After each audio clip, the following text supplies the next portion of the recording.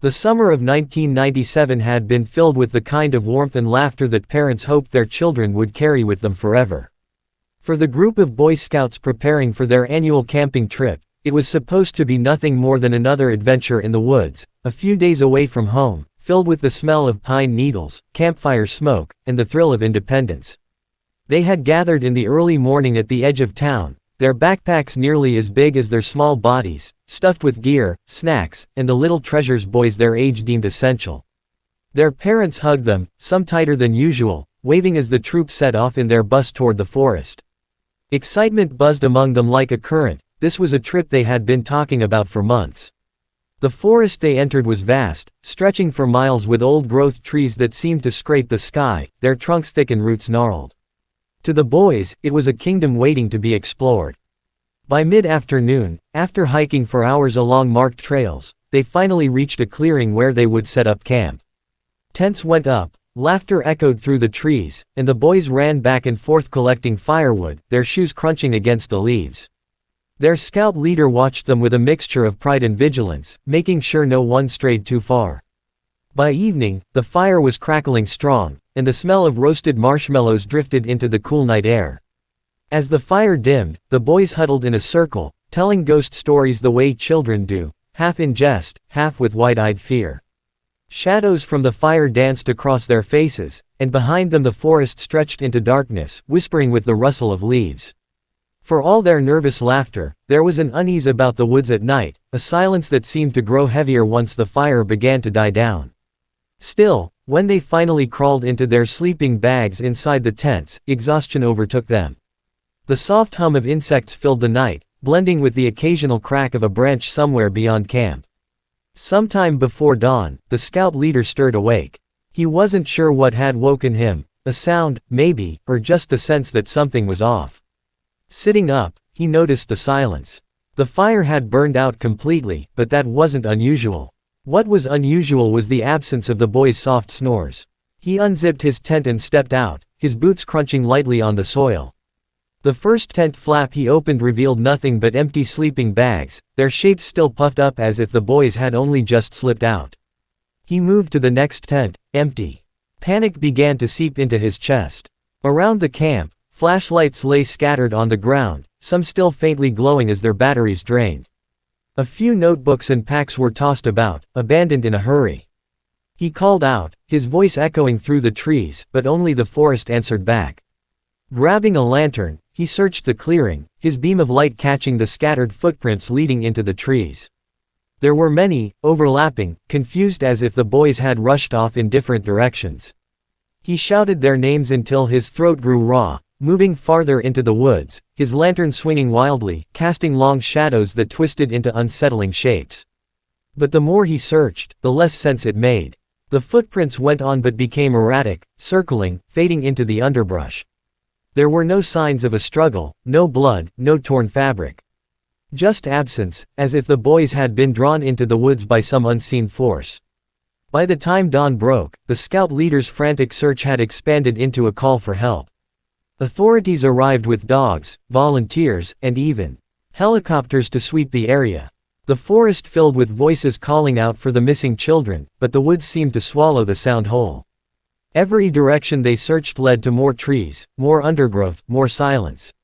The boys had vanished without a trace, leaving behind only their gear, their footprints, and the endless questions of how an entire group could disappear in a matter of hours. What was meant to be a weekend of adventure turned into the beginning of a nightmare, one that would haunt the families, the town, and the forest itself for years to come. The forest had closed its arms around the boys, holding its secret tightly, and no one knew then that the truth would not begin to surface until more than a decade later. The weeks following the disappearance were filled with chaos, grief, and desperation. Parents camped out at the edge of the forest, refusing to leave until they had answers. Search parties grew larger each day, volunteers combing through miles of thick woodland, pushing deeper into ravines and over ridges that seemed untouched by man. Helicopters circled overhead, their spotlights cutting through the canopy at night, while dogs barked and strained at their leashes, sometimes catching scents that led nowhere. The authorities did everything they could, mapping trails, interviewing locals, even bringing in psychics when the parents grew desperate enough to ask, but nothing concrete ever surfaced. It was as though the boys had been erased from existence. Summer turned to fall, and still there was no trace. The leaves fell, carpeting the forest floor, covering the faint footprints that had once been the only clues. By winter, snow had buried the campsites and the hollow places where searchers had dug in hope of finding something. The parents clung to hope at first, convincing themselves the boys had gotten lost and were living off the land, waiting to be found. But as months passed and seasons changed, hope began to crack. By the first anniversary, the town had grown quiet about the subject, though the families never stopped grieving. Photos of the missing boys stayed taped to windows and shop fronts, but the faces grew weathered and faded under the sun. At school, their friends had empty seats in classrooms that were never filled, desks sitting unused as a quiet memorial. The troop leader, once admired, lived under a shadow of guilt and suspicion. Some whispered that he had failed them, others went as far as to wonder if he had been involved. He himself withdrew from public life, consumed by guilt, replaying the night endlessly in his mind, wondering if he had missed something, a sound, a warning, a chance to stop them from leaving their tents. Years passed, and the mystery only deepened. Every now and then, rumors would resurface. Someone would claim to have seen boys in a neighboring town, or a hiker would insist they heard voices in the forest. Each tip reignited small flames of hope, but all led to dead ends. Authorities reopened the files more than once, but the evidence never changed. A scattering of footprints, abandoned flashlights, empty tents, nothing more. For the families, life became a strange balance of moving forward while being shackled to the past. Some kept their sons' bedrooms untouched, beds still made, posters still taped to the walls, waiting for the day they might come home. Others tried to let go, packing away belongings into boxes they could not bring themselves to throw out. Candlelight vigils were held every year, with parents standing hand in hand, staring into the dark woods as though the boys might somehow walk out of them after all that time. The forest itself took on a reputation. Hikers avoided the area where the boys vanished, and children were warned never to wander too far. Stories spread that the woods were cursed, that something lived in them and had claimed the boys for itself. Some treated it as a ghost story, something to scare newcomers with, while others whispered the tales with genuine fear. For those who had lived through the tragedy, the forest became a living wound, a reminder of loss that never healed. By the 10th year, the case was labeled cold. The official search had long ended, and the town had mostly stopped speaking about it aloud. But in quiet corners, at family dinners, at late-night coffee shop conversations, it never went away. Parents still carried the weight in their eyes, and exhaustion that time could not erase. Younger siblings grew up in the shadow of brothers who were frozen in memory, never aging beyond that summer of 1997. The silence around the case only made it more haunting. It was not just the fact that the boys had disappeared, but how completely. No remains, no clothing, no signs of struggle or survival.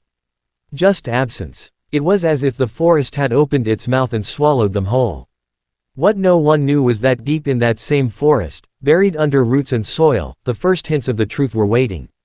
For 11 long years, the forest kept its secret, guarding it with an eerie stillness until the day fate would lead others back to the very place the boys had vanished. The morning the loggers stumbled across the container was unremarkable at first. It was late summer of 2008, and the crew had been assigned to a remote section of the forest rarely touched by people. The woods there were dense, the trees so thick and tangled that sunlight barely reached the moss-covered floor. Their machines roared and growled, echoing through the valleys as they cut paths for timber. For men used to working in such places, the silence of the forest between the noise was almost as unsettling as the work itself. The forest seemed to breathe, old and watchful, as though it resented their intrusion. The day was hot, sweat dripping from their brows as they maneuvered heavy equipment. Then came the sound, an odd metallic thud that cut through the usual rhythm of machinery hitting roots and stone. One of the operators shut down his saw, frowning as he inspected the spot. The others gathered when he called out. Buried beneath the soil, tangled in roots, was the corner of something unnatural, metal where there should have only been earth and stone. Curiosity got the better of them. Using shovels and their hands, they dug, pulling away thick roots that clung tightly, as though the forest itself didn't want to release what it hid. Inch by inch, more of the object appeared until they realized it was a trunk, large and heavy, the kind that might be used for military storage or old shipping crates. Its surface was rusted, dirt caked into its grooves, but the outline was unmistakable. None of the men spoke at first, the discovery pulling the air taut with a sense of unease. What the hell would something like this be doing out here? One finally muttered. Another joked nervously about treasure, though no one laughed. The weight of the silence around them made the idea of treasure seem absurd. This was no place for something harmless. The loggers debated whether to open it themselves but decided against it. There was something about the way it was buried, deliberately, deeply, that made it feel wrong. It wasn't the kind of thing someone lost by accident. One of them pulled out his phone and contacted the authorities. The waiting felt long, each man shifting uneasily, glancing at the forest as though they were being watched. When the sheriff's department arrived, the tension only grew. The officers examined the trunk, taking in the way it had been hidden beneath years of growth, and ordered it to be pried open. Crowbars groaned against the rusted locks, the scraping sound echoing through the trees. Finally, with a sharp crack, the metal yielded. The moment the lid opened, a foul odor seeped into the clearing. It wasn't the stench of a fresh death, but something old and stale, the smell of decay and earth clinging to whatever had been sealed inside for over a decade. The officers covered their noses as they lifted the lid higher, and everyone leaned forward despite themselves, caught between dread and the need to know. Inside, the trunk was filled with objects that froze every man in place. Folded, though worn and frayed with time, were scout uniforms, their patches dulled but still recognizable.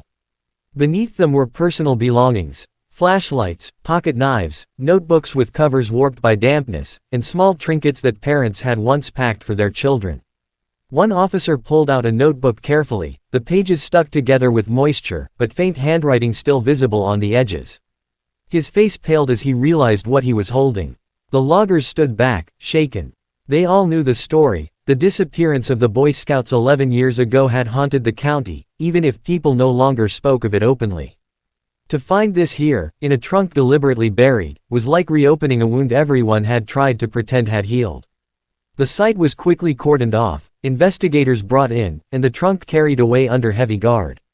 Whispers spread among the crew and then the town itself. The boys' belongings had been found. For families who had endured years of silence, it was both hope and dread. Hope that answers might finally come, dread of what those answers might be.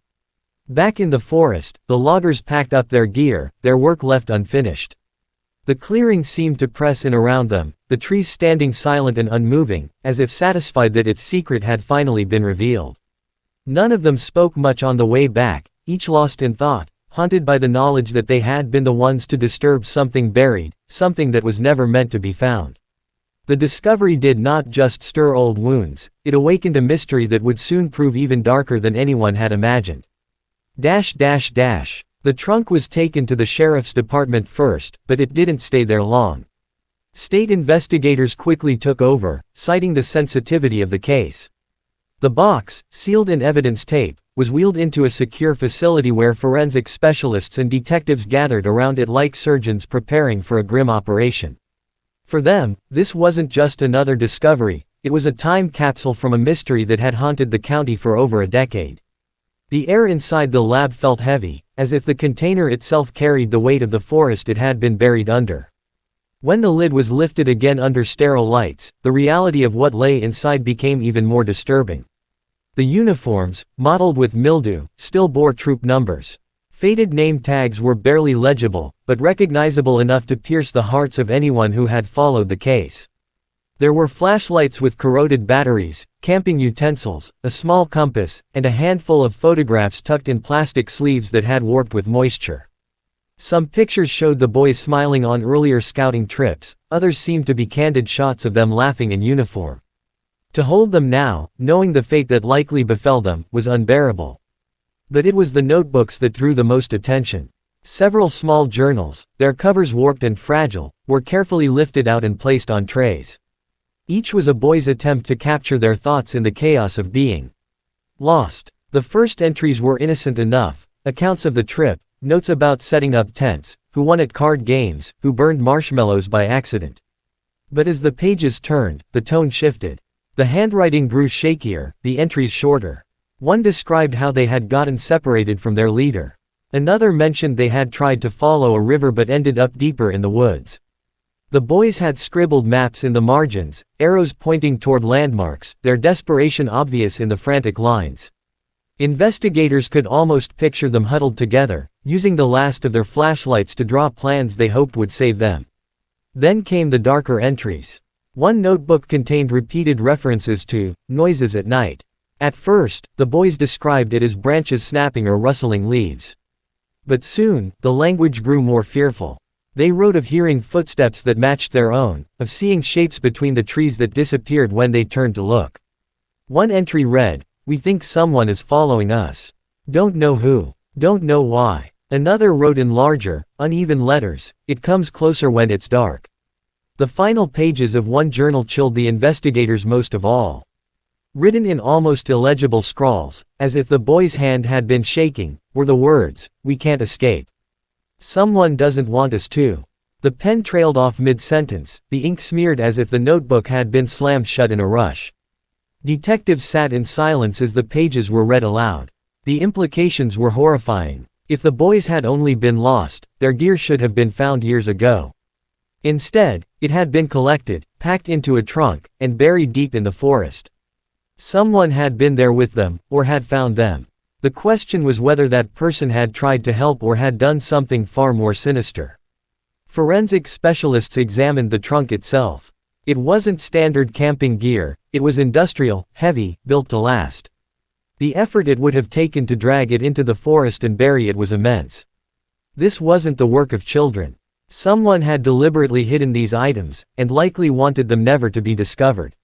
News of the notebooks leaked before long. Reporters latched onto the eerie details, and headlines exploded. Scouts wrote of being followed before vanishing. Families were torn apart all over again. Some clung to the idea that maybe their children had still been alive for days, even weeks, after the initial disappearance. Others were consumed with anger that someone had been close enough to them, close enough to bury their belongings, but had never come forward. The investigators pressed on, examining every clue. Soil samples clung to the edges of the notebooks, and forensic teams worked to match them to specific areas of the forest. DNA testing was ordered on the clothing and scraps of fabric. Detectives pored over old case files, re-examining witnesses from 1997 with renewed suspicion. The trunk had cracked open the silence of the past, and with it came a storm of questions that no one was prepared for. The most unsettling part remained unanswered. Who had taken the time to bury the trunk, and why? Was it a way of concealing evidence of a crime, or was it meant as some twisted memorial? The contents revealed fear, desperation, and the certainty that someone was out there with them. But what they didn't reveal was the truth of what happened after those final words were written.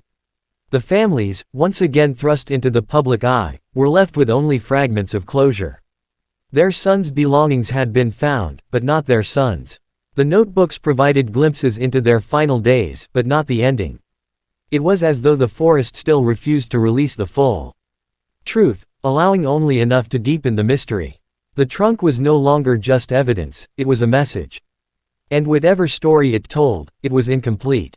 The rest was still buried, somewhere in the shadows of the trees. The trunk had given investigators more questions than answers, but the discovery reignited the case with a fury that hadn't been seen in years. Forensic teams worked around the clock, analyzing every scrap of fabric, every stain, every smudge on the notebooks. Families waited with clenched fists and sleepless nights, praying for a conclusion that might finally allow them to breathe after more than a decade of torment. But as the weeks turned into months, the findings painted a picture more unsettling than anyone expected. First came the revelation that the trunk could not have been placed by the boys themselves. It was far too heavy, built of reinforced steel with industrial locks. Even a group of grown men would have struggled to drag it into the dense woods and bury it so deeply. That single fact shattered any hope that the boys had simply been lost and tried to preserve their belongings. Someone else had been with them, someone strong, deliberate, and calculating. The notebooks were studied page by page. Forensic handwriting experts confirmed they belonged to multiple boys, meaning several had written in them during their last days. Some notes suggested they had been together most of the time, though later entries hinted that they might have split up or been separated. What made the investigators' blood run cold were the repeated mentions of someone in the woods. The boys described hearing movement, seeing glimpses of a figure at night, even feeling as though they were being stalked. Their words carried both fear and resignation, like children trying to rationalize the unthinkable. When this detail was leaked, the community was consumed by speculation. Was it a stranger who had hunted them? Someone who knew the area well enough to outmaneuver search teams? Or, more horrifying still, was it someone they had trusted? Some whispered about drifters, others about reclusive locals who rarely came to town. But a darker suspicion fell on the scout leader himself, the only adult with them that night. Though cleared at the time, the idea that he had somehow staged the scene or withheld the truth began to swirl again. He refused interviews, living as a recluse, his silence only fueling the rumors. Forensic testing brought further chills. Trace amounts of blood, too degraded to identify, were found on one of the shirts. Soil embedded in the fabric matched an area of the forest several miles from the original campsite, suggesting the boys had traveled far before their trail vanished. Yet no bodies were ever located. Search teams returned to the woods in droves, digging, scanning with ground-penetrating radar, and combing the underbrush with renewed intensity. Still, the forest yielded nothing but silence. The families were torn apart all over again. Some clung to the notebooks as a final connection to their children, reading and rereading the words until the pages felt branded into their minds. Others refused to look at them, unable to bear the thought of their sons' last moments being spent in terror. Vigils were held again, candles flickering outside churches, crowds whispering prayers into the night. But beneath the prayers was anger that someone had done this, and that after all these years, they were still free. The trunk itself was perhaps the most haunting piece of evidence. Its deliberate burial suggested intent, almost ritual. Was it an attempt to hide evidence from law enforcement, or something more sinister, a way to preserve a secret trophy? Investigators debated endlessly. Some believed the boys had perished in the woods, and the perpetrator had simply gathered their belongings to erase traces. Others argued it was staged, a cruel gesture meant to taunt, to remind everyone that the forest belonged to whoever had taken the boys. In the end, no definitive answers came. The case remained open, labeled, active but unsolved. The boys' remains were never found. The forest still stretched for miles, its old trees standing guard over whatever truth lay buried within. For all the effort, the mystery endured, and the silence of the woods seemed almost mocking. For the families, the discovery was both a wound and a bandage. They had something tangible now, belongings that proved their children had fought to survive, that they had not simply vanished into thin air. But the finality they craved, knowing what happened, who was responsible, never came. Instead, they were left with fragments, and fragments are sometimes worse than nothing at all. Over time, the story became legend in the region. Hikers spoke of hearing voices at night near the place where the trunk was found. Locals warned each other not to venture too deep, especially after dark. Parents told their children the story like a cautionary tale, urging them to respect the forest. And every now and then, when the wind moved through the trees in a certain way, it sounded like whispers, the echo of boys calling out from the summer of 1997, lost forever in a wilderness that never let them go. The forest had given up part of its secret, but it had not given up the truth. And perhaps it never would.